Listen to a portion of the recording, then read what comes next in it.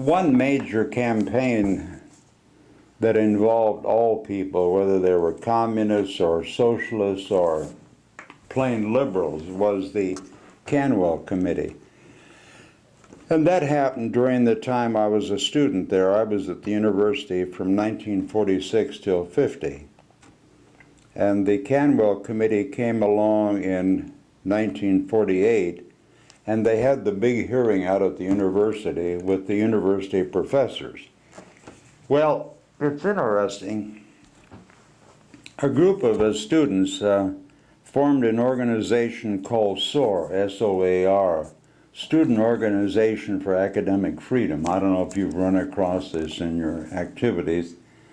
One of the members of that committee was Bill Gates Sr., who was a law student at that time. Now, I haven't kept in touch with him or vice versa, but it speaks well for him. I hope some of it rubs off on his son beyond the foundation.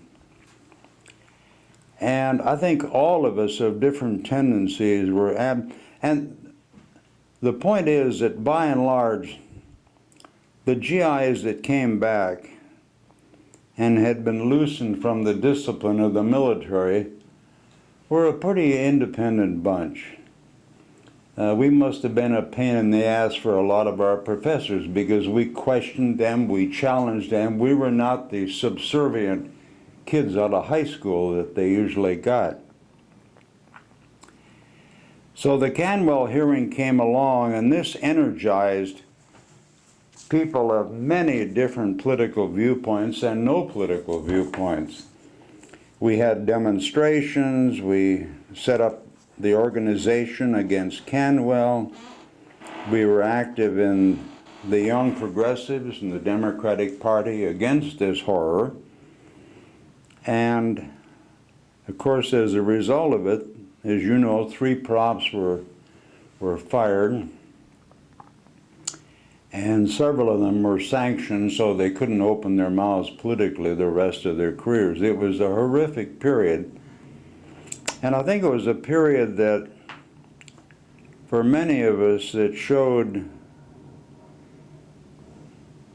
the difficulty of maintaining a democratic society.